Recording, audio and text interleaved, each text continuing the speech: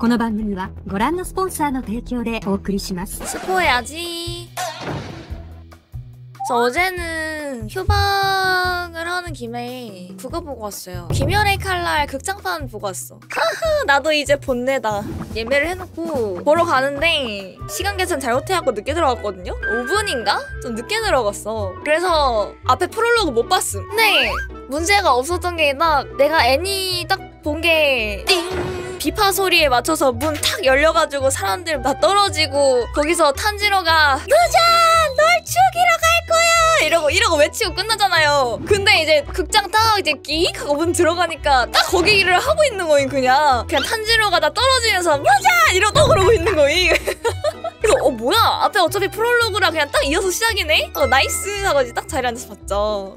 아 근데 이게 사실 이번 영화에 크게 세 가지로 나뉘어지는 게 첫 번째는 시노부고 두 번째는 제니츠고 세 번째는 탄지로잖아요. 그 세 개가 핵심인데 첫 번째 시노부는 솔직히 좀 충격이었어. 시노부 죽을 줄 몰랐어. 야, 저렇게 험하게 간다고? 게다가 언니를 죽인 애한테 동생도 죽는다고? 이게 진짜 한탄스러운 거예요. 그래도 보통 웬만하면 다 복수하는 전개로 가는데 많이 아프더라고.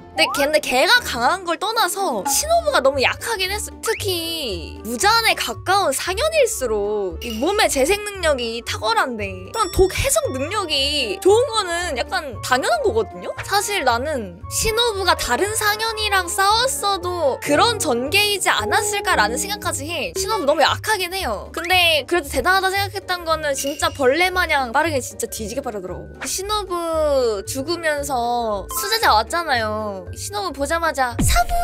하고 카나오한테 바로 수신호 주고 죽는 게 와 마음이 아프긴 하더라. 카나오 진짜 그 분노에 치밀어서 몸 부들부들 떨리는 게 표정이랑 그런 게 너무 표현이 잘 된 것 같아.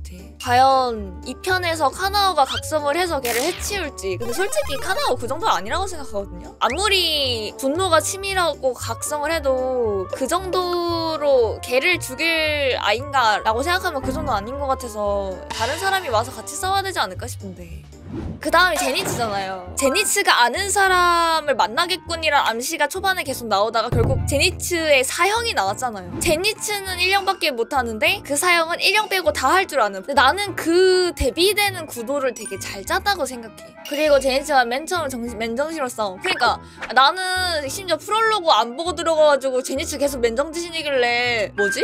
쟤 정신 나갔나? 이러고 있었는데 너무 무서워서 깨어나지 못하는 건가? 왜 쟤 계속 맨정신이지? 이러면서 봤는데 그냥 계속 맨정신인 게 맞더라고요. 이제 조절할 수 있는 거구나 싶었어.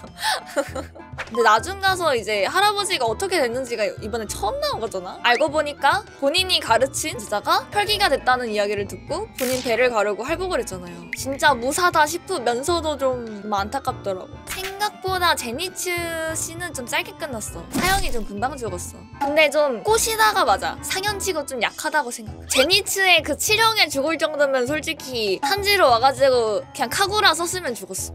구멍 메꾸기 상현이었어? 그래서 그런가 보네. 제니츠 마지막에 기절했을 때 스승님 만나잖아요. 번개 후 스승님. 거기서 스승님이 넌 내 자랑이다 하는데 와 거기서 감정이 빵! 진짜 벅차오르더라. 메인은 사실 탄지로랑 기우랑 아카자 싸움이 마지막 하이라이트 저거였잖아요. 걔더만 무한열차에서 랭고쿠 죽인 애잖아. 근데 아카자의 인간일 때의 스토리가 나왔잖아요. 와 인생이 참 기구하다 싶은. 가난한 집에 태어나서 병든 아버지를 약을 구하기 위해 자꾸 소매치기 하니까 팔에 문신 새겨졌잖아요. 그러다가 이제 맷집도 좋고 싸움도 잘해서 사부님을 만나서 사부님한테 갔더니 사부님에겐 딸이 있었고 근데 딸도 아파. 딸이랑 아버지랑 겹쳐보여. 그래갖고 또 딸을 열심히 또 간병하면서 거기서 싸우고 배우는 거지. 그래서 잘 지내고 있었는데 와 아니 뭐가 그렇게 안 이꼽다고 거기다가 우물에다가 독을 넣어가지고 너무한 거 아니야? 진짜 인간 말종들이야. 어떻게 우물에다 독을 넣을 생각을 해? 심지어 오니가 되고 싶어서 된 것도 아님. 그러니까 본인이 오니가 되고 싶어서 오니가 된 것도 아니야. 흑화해가지고 옆에 있는 도장 다 죽여놓고 돌아오는 길에 무장 만나가지고 운도 없지 그냥 바로 머리 뚫려가지고 오니 돼버림. 그 감지 센서를 딱 키는 게 바닥에 진을 형성을 하는데 그게 눈꽃 모양이야. 근데 또 그게 예비 신부 머리에 달려있던 그 눈꽃이고 다 이게 연계가 돼 있는 게 떡밥이고 그런 거 보면서 참 재밌게 봤어. 나는 기우가 좀 자연스럽게 각성했잖아요. 난 그게 좀 멋있었어. 역시 기우. 그걸 떠나서 강해져도 아카자는 계속 적을 탐지하고 그걸 방어하면서 공격하는 스타일이라 계속 막히니까 탄지로가 몇 배 호소하면 안 돼, 생각해야 돼 생각하면서 과거의 아버지를 보고 기억해내서 그 무아에 들어가서 써야 되는구나를 깨닫고 그 무아에 결국 통달해버렸잖아요, 탄지로가. 난 궁금해. 도대체 아버지 뭐였을까? 몸이 그렇게 약하신데 곰도 막 그냥 쓱싹 하고 베버리고. 빨리 이거 전개돼가지고 이 탄지로의 가문의 비밀과 아버지의 비밀이 궁금하다. 탄지로가 각성해서 아카자 그냥 머리 스르륵 하고 베버리잖아요. 감탄하고 보는데 아니 솔직히 아카자 그 목 재생해가지고 몸만 돌아다니는 건 좀 너무 개사기잖아요. 아카자의 옛날 그 연인이 나와가지고 이제 그만해 이거 안 했으면은 솔직히 그냥 기우랑 탄지로랑 그냥 죽은 목숨이었어. 근데 솔직히 기우가 제일 화났을 듯. 아카자가 탄지로 뒤에 있는지 모르는데 소리 지르고 와 내가 기우였음 화난다. 아니 그러니까 기우가 이제 이대로 탄지로가 몰래 목을 베면 했는데 갑자기 쩌렁쩌렁하게 아카자! 지금부터 너의 목을 베겠다! 개띠용. 근데 그러고 못 베고 뿌익 했으면 그냥 개짜치는 건데 간지나게 그냥 스릉 하고 베가지고 그냥 할 말 없긴 해요. 근데 아카자가 거기서 자기 자신을 때려서 결국 죽었잖아. 자기 자신이 졌다라는 거를 완벽하게 받아들였다는 게 그게 좀 대단한 것 같아. 세상이 너무 잔인해. 그러니까 오니가 된 애들 보면은 다 너무 세상이 너무 잔인했어. 그래서 오니가 되는 애들이 태반이라. 하지만 사형은 노네입니다. 걘 잘 죽었어.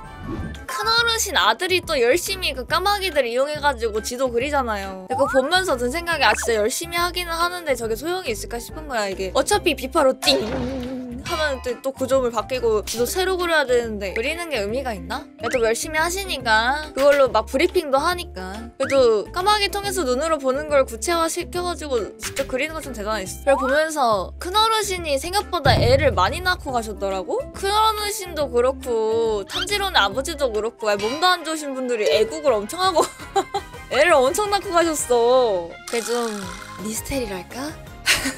왜 다자녀의 아버지들은 다 몸이 안 좋을까? 왜일까? 이번에 막 그 얘기가 많던데 영화 보러 갈 때 휴지 가져가라고? 근데 휴지 필요 없던데 나 한 번도 안 울었어. 내가 무한열차 랭고쿠 때는 집에서 보면서 살짝 눈물 뚜르륵 흘리긴 했는데 눈물은 안 나네. 약간 벅차오르는 올라오는 구간들이 가끔 있긴 하거든? 근데 울진 않았어. 막상 아 많이 길다던데 하고 갔는데 시간 후딱 지나가서 난 솔직히 2시간 반 다 봤는데도 뒤에 이제 더 전개되겠지 했는데 끝나는 거야. 그래서 아니 여기서 끊긴다고? 아이씨 하면서 봤어. 아 더 나와줘야지 거기서 끊기냐. 상황 고조되고 이제 다음 단계 가줘야 되는데. 근데 진짜 안타까운 건 다음 극장판 나올 때까지 무잔이랑 애매하게 합체돼가지고 이도저도 못하고 숨만 붙어있는 타마 여사. 그분이 제일 불쌍해. 2년 동안 그러고 있어야 돼.